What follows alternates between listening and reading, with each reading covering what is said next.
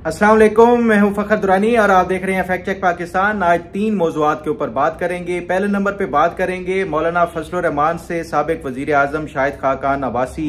और मिफ्ता इस्माइल की मुलाकात हुई। उस मुलाकात में क्या डिस्कस हुआ, शाहिद खाकान अब्बासी और मिफ्ता इस्माइल की तरफ से आईनी तरमीम के हवाले से मौलाना को क्या सजेशन या तजावीज़ दी गई, इस पे तफसीलन गुफ्तगू करेंगे। दूसरे नंबर पे बात करेंगे मौलाना फजलुर रहमान से उसी मुलाकात के दौरान चीफ मिनिस्टर बलोचिस्तान सरफराज बुगटी और साबिक वजीर आजम अनवारुल हक काकड़ वो भी मुलाकात के लिए वहाँ पे मौजूद थे। वो किसका पैगाम लेके आए थे और क्या पैगाम था, इस पे भी तफसीलन बात करेंगे। और तीसरे नंबर पे हम बात करेंगे चीफ जस्टिस काजी फायज ईसा के खिलाफ JUI फे का इतना सख्त जो स्टैंस है एक्सटेंशन के हवाले से वो क्यों है। क्या मौलाना अब्दुल गफूर हैदरी जो कि मौलाना फजलुर रहमान के बड़े अहम रहनुमा हैं, उनकी कोई चीफ जस्टिस से ज़ाती कोई मुखासमत या कोई इस तरह का तनाज़ा है, इस पे भी तफसीलन बात करेंगे। सबसे पहले हम बात कर लेते हैं मिफ्ता इस्माइल और शाहिद खाकान अब्बासी की जो मुलाकात हुई मौलाना फजलुर रहमान से। आपने देखा कि जिस दिन से ये हुकूमत की तरफ से आईनी तरमीम का वो कहा गया, ऐलान किया गया, उसके बाद मौलाना फजलुर रहमान वैसे ही कौमी जो सियासत थी उसके धारे पे एक अनडिस्प्यूटेड किंग के तौर के ऊपर सामने आए। वो जो आईनी तरमीम हो या उसके अलावा जो वोटिंग के हवाले से मौलाना फजलुर रहमान से पीपल्स पार्टी, मुस्लिम लीग नून और उसके साथ साथ जो अपोजिशन की PTI, ये भी उनसे मुलाकात बारहा मुलाकात की उन्होंने 2 दिनों में। लेकिन जब ये आईनी तरमीम का मौखर कर दिया गया, हुकूमत की तरफ से बाकायदा ऐलान हो गया और जो सेशंस थे कौमी असम्बली और सेनेट के वो प्रोरोग हो गए, तो उसी रात को मिफ्ता इस्माइल और जो साबिक वजीर आजम शाहिद खाकान अब्बासी हैं उन्होंने भी मौलाना फजलुर रहमान से मुलाकात की। इस हवाले से मैंने जो अपने ज़राए हैं उनसे पूछने की कोशिश की कि ये मुलाकात किस सिलसिले में थी, क्या ये भी कोई पैगाम लेके आए थे या उनकी एक कोई कर्टसी मीटिंग थी। तो इस पे मेरी जो ज़राए ये बताते हैं कि शाहिद खाकान अब्बासी ने मौलाना फजलुर रहमान को मैसेज किया था कि आपसे मुलाकात करनी है, कल किसी टाइम आप बता दें जो अवेलेबल हों तो आपसे मिलना है। क्योंकि शाहिद खाकान अब्बासी और मिफ्ता इस्माइल भी एक पॉलिटिकल पार्टी के सरबराह हैं, तो इस नाते से भी जो एक नई एक सियासी मंजरनामे के ऊपर ख़ास तौर के ऊपर ये जो आईनी तरमीम के लिए एक पॉलिटिकल कंसेंसस का और जो बातचीत का अमल है उसमें तमाम सियासी जमातें अपने आप को मुतहर्रिक रख रही हैं। तो उस पे मौलाना फजलुर रहमान का जो मेरे ज़राए हैं वो ये बताते हैं कि कॉल आ गई कि आप फौरी तौर के ऊपर यहाँ पे मिलने आ जाएं मुझसे। तो ये दोनों जो रहनुमा हैं मौलाना फजलुर रहमान से मुलाकात के लिए उनके घर तशरीफ़ ले आए। मेरे जो ज़राए बताते हैं कि इन्होंने जब ये वहाँ पे आए तो ऑलरेडी जो सरफराज बुगटी चीफ मिनिस्टर बलोचिस्तान और उसके साथ साथ जो साबिक वजीर आजम अनवारुल हक काकड़ वो भी मौजूद थे। बहरहाल कोई घंटा एक इनके साथ ये जो पब्लिकली जिस तरह बाकी भी रहनुमा बैठे थे ये भी वहाँ पे बैठ के डिस्कशन हुई। जो ओवरऑल चल रहा था उस दिन ख़ास तौर के ऊपर आईनी तरमीम के हवाले से जो डिस्कशन हो रही थी, तो ये गुफ्तगू होती रही। उसी दौरान फिर अनवारुल हक काकड़ और सरफराज बुगटी ने मौलाना से मुलाकात के लिए कहा, तो वो अलहदा मौलाना इनको मुलाकात के लिए एक अलहदा कमरे में ले गए। सरफराज बुगटी और अनवारुल हक काकड़ की मौलाना फजलुर रहमान से जो बंद कमरे में अलहदा मुलाकात हुई उसमें क्या मैसेज दिया गया और क्या पैगाम दिया गया वो आगे डिस्कस करेंगे। लेकिन बहरहाल वो कोई आधा एक घंटा मुलाकात जारी रही अलहदा और ये बैठे रहे जो मिफ्ता इस्माइल और शाहिद खाकान अब्बासी। फिर उसके बाद मौलाना ने उनको रुखसत किया और उसके बाद फिर इन दोनों के साथ इनको भी अलहदा से वो एक मुलाकात के लिए अलहदा कमरे में ले गए जो आम बाकी जो लीडरान बैठे थे उनसे हट के। तो इनके जो दरमियान मैंने अपने ज़राए से पूछा कि क्या डिस्कशन हुई मौलाना फजलुर रहमान से, तो मौलाना फजलुर रहमान ने इनको ओवरऑल जो हुकूमत के साथ जो ख़ास तौर के ऊपर पीपल्स पार्टी और मुस्लिम लीग नून के जो अरकान जो डेलीगेशन इनके साथ मुज़ाकरात कर रहे थे उनके हवाले से बताया कि क्या ये एक ऑप्शन लेके आए थे जो आईनी तरमीम का ये जो ड्राफ्ट था, उस हवाले से ये जो एक तासुर दिया गया कि हमें तो आईनी ड्राफ्ट मिला ही नहीं है, ये बिल्कुल तासुर दुरुस्त नहीं है। मौलाना फजलुर रहमान को बाकायदा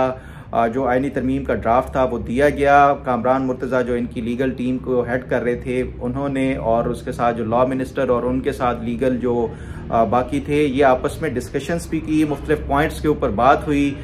फिर जो तमाम आईनी तरमीम की जितनी भी शिकें थी उसके ऊपर मौलाना फजलुर रहमान को बाकायदा ब्रीफ किया गया कि इस शिक का क्या कॉन्सिक्वेंसेस हो सकते हैं या क्या असरात हो सकते हैं। एक एक शिक वाइज मौलाना को ब्रीफ किया गया, और उस ब्रीफ के बाद फिर मौलाना ने ये जो ख़ास तौर के ऊपर एतराज़ उठाया, मेरी जो इतलात के मुताबिक जो मिलिट्री कोर्ट में ट्रायल के हवाले से, उसके ऊपर मौलाना ने कहा कि नहीं, ये किसी सूरत नहीं हो सकता, ये हुकूमतें आनी जानी हैं, लेकिन ये जो एक आईनी तरमीम के ज़रिए इसमें वो डाला जा रहा है उससे आगे बेशबहा मुश्किलात का सामना करना पड़ेगा। ये नहीं है कि आज मुस्लिम लीग नून और पीपल्स पार्टी हुकूमत में है, कल को ये अपोजिशन में होंगी तो ये इनको भी भुगतना होगा। फिर उन्होंने ये मिसाल भी दी कि जो प्रैक्टिस एंड प्रोसीजर बिल के लिए आपने जो उमरता बंदियाल के लिए एक गड़ा खोदा था, वो उसके बाद फिर आप देखें कि काजी फायज ईसा भी उसका जो है वो शिकार हो गए। तो ये आप सिर्फ वक्ती उसके लिए वो फ़ायदे के लिए ना देखें, बल्कि इसका आगे लॉन्ग टर्म भी देखें। तो उस पे मौलाना फजलुर रहमान जो मेरे ज़राए बताते हैं कि मौलाना फजलुर रहमान ने कहा कि ये मिलिट्री ट्रायल वाला या मिलिट्री कोर्ट वाला जो है उसको निकालना चाहिए। फिर हुकूमत की तरफ से कहा गया कि ठीक है, इसको निकाल दिया गया है, आपकी तजवीज़ के ऊपर अमल करते हुए हमने इसको निकाल दिया है। तो उस पर फिर मौलाना फजलुर रहमान ने कहा अच्छा आपने इसको निकाल दिया तो इसकी जगह पे क्या डाला है, वो मुझे उसका जो ड्राफ्ट है उस तरमीम का वो फिर मुझे दिखाएं। उस पे जो ज़राए ये बताते हैं कि ये इनका जो मुज़ाकरात हैं वो बिल्कुल डेडलॉक उसके ऊपर वो हो गया। हुकूमत ने जो हुकूमत की तरफ से ये किया जा रहे थे मुज़ाकरात, वो मौलाना फजलुर रहमान को उन्होंने एक जो था अमेंडेड ड्राफ्ट था वो नहीं दिखाया। उसके बाद फिर मौलाना फजलुर रहमान ने कहा नहीं, जब तक मुझे वो उसका अल्टरनेट आपने जो सजेस्ट किया है वो नहीं बताएंगे और दिखाएंगे तब तक इसके ऊपर मेरे पास तो टाइम ही टाइम है, आप जितना वो करेंगे इसको छुपाएंगे, मैं तब तक नहीं मानता या उस हवाले से वोट नहीं करूँगा जब तक मुझे बताएंगे नहीं। बहरहाल जो मेरे ज़राए ये बताते हैं कि मौलाना फजलुर रहमान ने ये सारा ब्रीफ किया, बताया इनको, जो मिफ्ता इस्माइल और शाहिद खाकान अब्बासी थे, इनको भी इस हवाले से कि उनके जो एतराज़ात थे वो दरअसल इस हवाले से थे, और हुकूमत उनको फिर सेटिस्फाई नहीं कर सकी कि इसके जो निकालने के बाद और इसमें क्या तरमीम की गई है या इसकी बजाय क्या डाला गया है उस शिक में, वो हुकूमत नहीं बता सकी, जिसकी बुनियाद के ऊपर ये हमने फिर कहा कि जब तक आप हमें नहीं बताएंगे और उसके ऊपर पूरी डिस्कशन नहीं होगी हम इसके ऊपर वोट किसी सूरत नहीं कर सकते। तो उस पर मेरे जो ज़राए हैं वो ये बताते हैं, शाहिद खाकान अब्बासी ने भी यही सजेस्ट किया कि आप जो है अभी फ़िलहाल जल्दी नहीं करनी आईनी तरमीम के हवाले से, क्योंकि ये एक पब्लिक डिबेट शुरू होने दें, मीडिया के ऊपर इसकी डिबेट हो, इसके एडिटोरियल लिखे जाने चाहिए इस आईनी तरमीम के जो फ़वाइद हैं या नुकसानात हैं उसके ऊपर, ताकि अवाम को भी इसकी समझ आ सके, और उसके साथ साथ मुख्तलिफ कॉलम्स लिखेंगे। ये सारा इसके ऊपर जब एक पूरी डिबेट और फिर नेशनल कॉन्सेंसस अगर इसके ऊपर डेवलप होता है, फिर आप इसके ऊपर अपनी अगर कंसेंट है या इसके हक में वोट देना है तो वो दीजिएगा, अदरवाइज इतनी जल्दी नहीं करनी। तो मौलाना ने उनको यही ब्रीफ किया कि उनके पास टाइम है, वो किसी सूरत भी जल्दबाजी नहीं करेंगे इस पे। हुकूमत जब तक इनको मुतमईन नहीं करती कि कौन कौन सी आईनी तरमीम इसमें डाली गई हैं और ये जो मिलिट्री ट्रायल वाला है ये नहीं किसी सूरत भी कबूल होगा, तो फिर उसके बाद ही मौलाना फजलुर रहमान इसके ऊपर कोई वोट करेंगे। बहरहाल ये जो सारी डिस्कशन मौलाना फजलुर रहमान और जो मिफ्ता इस्माइल और शाहिद खाकान अब्बासी के साथ जो हुई उस पे मेरे ज़राए ये बताते हैं कि ओवरऑल इन्होंने ब्रीफ भी किया,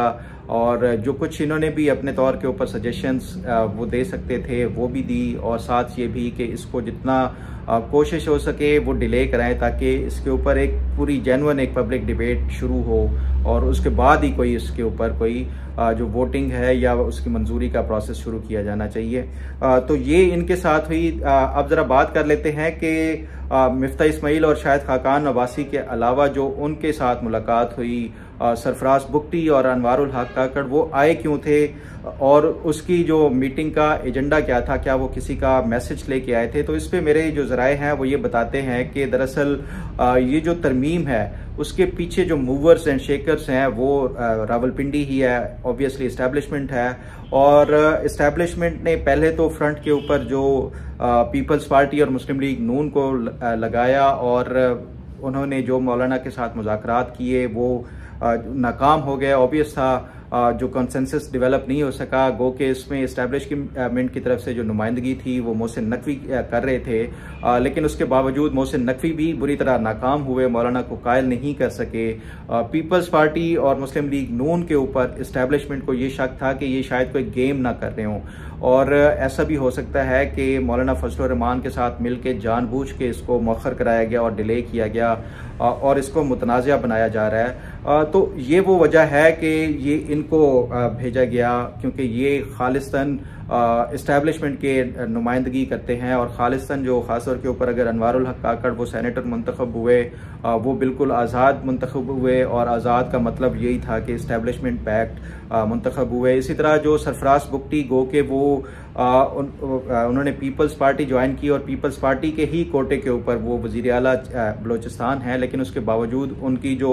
पूरे उसमें तासुर है वो यही है कि वो इस्टेब्लिशमेंट के कार खास हैं। तो ये दोनों इन लोगों को इस्टेब्लिशमेंट की तरफ से ही भेजा गया और ये जानने के लिए कि मौलाना के दरअसल तहफ़्फ़ुज़ात हैं किस चीज़ के ऊपर, क्या कोई उनको कोई इस तरह के जो हुकूमती वजारतें और गवर्नरशिप या चीफ मिनिस्टरशिप चाहिए या उनके कोई जेन्युइन और कंसर्न्स हैं ख़ास तौर के ऊपर ये इस आइनी तरमीम के हवाले से। तो ये वो वजह है कि इनको इस्टेब्लिशमेंट की तरफ से भेजा गया था कि आप पता करें और इस हवाले से जो मौलाना को मैसेज दें कि जो कुछ भी चाहिए इस हवाले से, तो वो उस हवाले से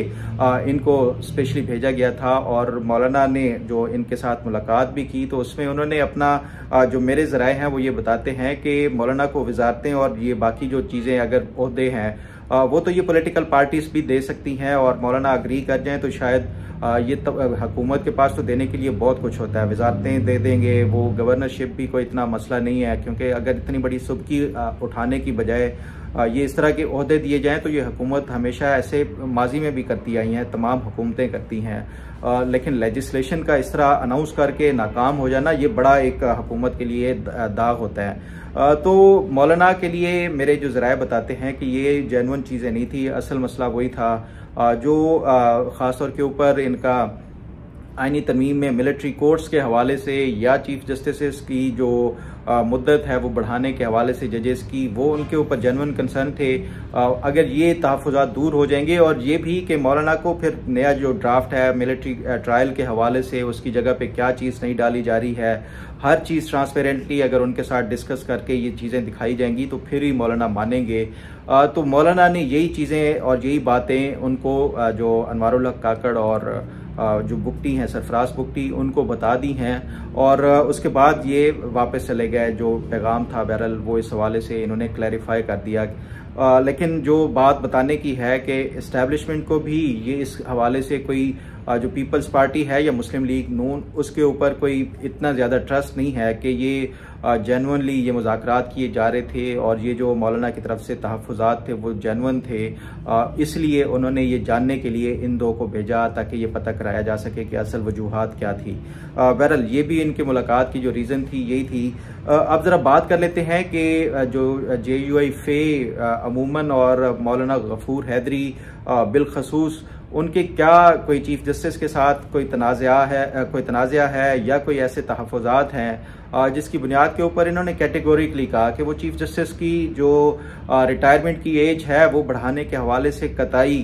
इसके ऊपर वोट नहीं करेंगे और ना ही वो इसके हक में है। तो इस हवाले से मैंने भी कोशिश की कि क्या कोई देख सकूं मौलाना अब्दुल गफूर हैदरी का कोई ज़ाती तौर के ऊपर तो तनाज़ा नहीं है चीफ जस्टिस के साथ, क्योंकि वो पहली दफ़ा ऐसा नहीं कर रहे उन्होंने पहले भी चीफ जस्टिस को टारगेट किया हुआ है। तो इस पे मैंने कोशिश की देखने की, मुझे तो बहरहाल कोई इस हवाले से मैंने वहाँ पे जो बलूचिस्तान में जिस हल्के से ये मुंतखब हुए, ये जो अब्दुल गफूर हैदरी साहब हैं, ये दरअसल लड़ी कबीले से हैं और कलाब से ही मुंतखब हुए।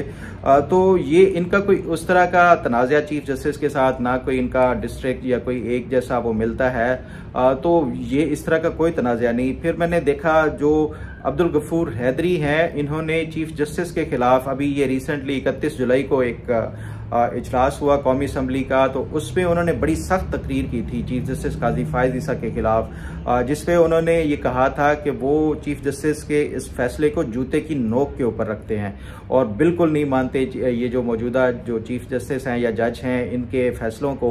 दरअसल ये मामला वही था जो चीफ जस्टिस ने मुबारक सानी केस में जब ये फैसला दिया था, तो उस टाइम JUI फे जो थी उनकी तरफ से बड़ी सख्त रेजिस्टेंस दिखाई गई थी काजी फायज ईसा के खिलाफ जो फैसला था। फिर हमने देखा कि यहाँ पे तमाम जो मजहबी जमातें थी सुप्रीम कोर्ट के बाहर वो एहतजाज करने आई, उसमें मौलाना फजल रहमान के भी सरफहरिस्त थे उनकी जमात, और जो पार्लियामेंट के अंदर भी जो तकारीर की गई थी उसमें चीफ जस्टिस को बाकायदा तौर के ऊपर टारगेट किया गया था। तो यही वो वजूहात हैं जिसकी बुनियाद के ऊपर शायद मौलाना फजल रहमान और जो JUI फे है उनको कोई गुस्सा है चीफ जस्टिस के ऊपर। बहरहाल ये मौलाना गफूर हैदरी और जो JUI फे है उनकी तरफ से ये सामने है कि ये तकारीर करते रहे चीफ जस्टिस के खिलाफ, लेकिन उसके जो बिल्कुल बरक्स हमारे मीडिया में ये तासुर दिया गया कि शायद काजी फायज ईसा से मौलाना फजल रहमान ने ये एक कोई डील की है कि काजी फायज ईसा इस फैसले को वापस ले लें तो उसके इवज जो है या उसके बदले मौलाना फजल रहमान आईनी तरमीम में अपना वोट दे के इनको एक्सटेंशन दिलवाएंगे। जबकि ये बिल्कुल जो सामने अब आ रहा है, जो इल्ज़ामात लगाए गए थे काजी फायज ईसा के ऊपर और मौलाना फजल रहमान के ऊपर, उसके बिल्कुल बरक्स सामने आ रहा है कि ना सिर्फ ये कि JUI फे इसका स्ट्रांगली उसको अपोज कर रही है और इसकी मुखालफत कर रही है, बल्कि जो तकारीर इनके खिलाफ की गई थी चीफ जस्टिस के खिलाफ वो भी रिकॉर्ड का हिस्सा है। तो ये जो टारगेट किया गया काजी फायज ईसा को, ये आज से नहीं किया जा रहा, ये पिछले कुछ अरसे से एक जो है वो बाकायदा तौर के ऊपर मुनज़्ज़म मुहिम के तौर के पर ये काजी फायज ईसा को टारगेट किया गया है। बहरहाल ये मौलाना फजल रहमान की जमात एक तो एक्सटेंशन के भी किसी हक में नहीं, और दूसरा उनके साथ जितने भी लोग मिलने आए हैं उनको उन्होंने यही सारा बताया कि मिलिट्री कोर्ट के हवाले से जो एक इसमें डाली गई है शिक, वो किसी सूरत इसके ऊपर वो कंप्रोमाइज़ नहीं करेंगे, और हुकूमत भी इस हवाले से उनके साथ ये या तो ऐसे लगता है कोई खेल खेल रही है, क्योंकि अगर वो इनके कहने के ऊपर हटाई गई है शेख तो उसके अल्टरनेट क्या उन्होंने सजेस्ट किया है वो अभी तक मौलाना फजल रहमान को नहीं बताया गया। अब जब ये वज़ीर आज़म अब जाएंगे UNGA के जो UN की जनरल असम्बली का जो इजलास होगा, उसके बाद वापस आएंगे, तो मेरी इतलात यही है कि वो फिर दोबारा से मौलाना फजल रहमान को कायल किया जाएगा। आज शायद लॉ मिनिस्टर ने भी आईनी तरमीम के हवाले से कोई ब्रीफिंग करनी है मीडिया के ऊपर कि इसमें क्या क्या चीज़ें हैं और इसकी जो मुखालफत की जा रही है उसमें दरअसल है क्या चीज़।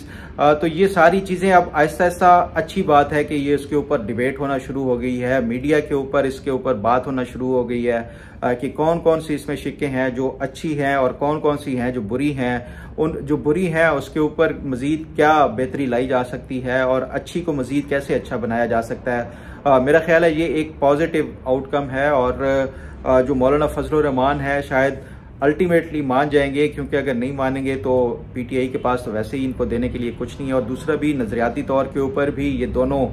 PTI और JUI फे खैबर पख्तूनख्वा के अंदर एक दूसरे के मुखालफत में ही वो लड़ सकते हैं। एक साथ मौलाना फजल रहमान की फिर कोई स्पेस नहीं बचेगी। अल्टीमेटली इन्होंने इस हुकूमत का जो इत्तेहाद है वो ज्वाइन करना है, लेकिन उससे पहले अगर ये बेहतर है कोई डिबेट होती है इस आईनी तरमीम के हवाले से, कोई उसमें बेहतरी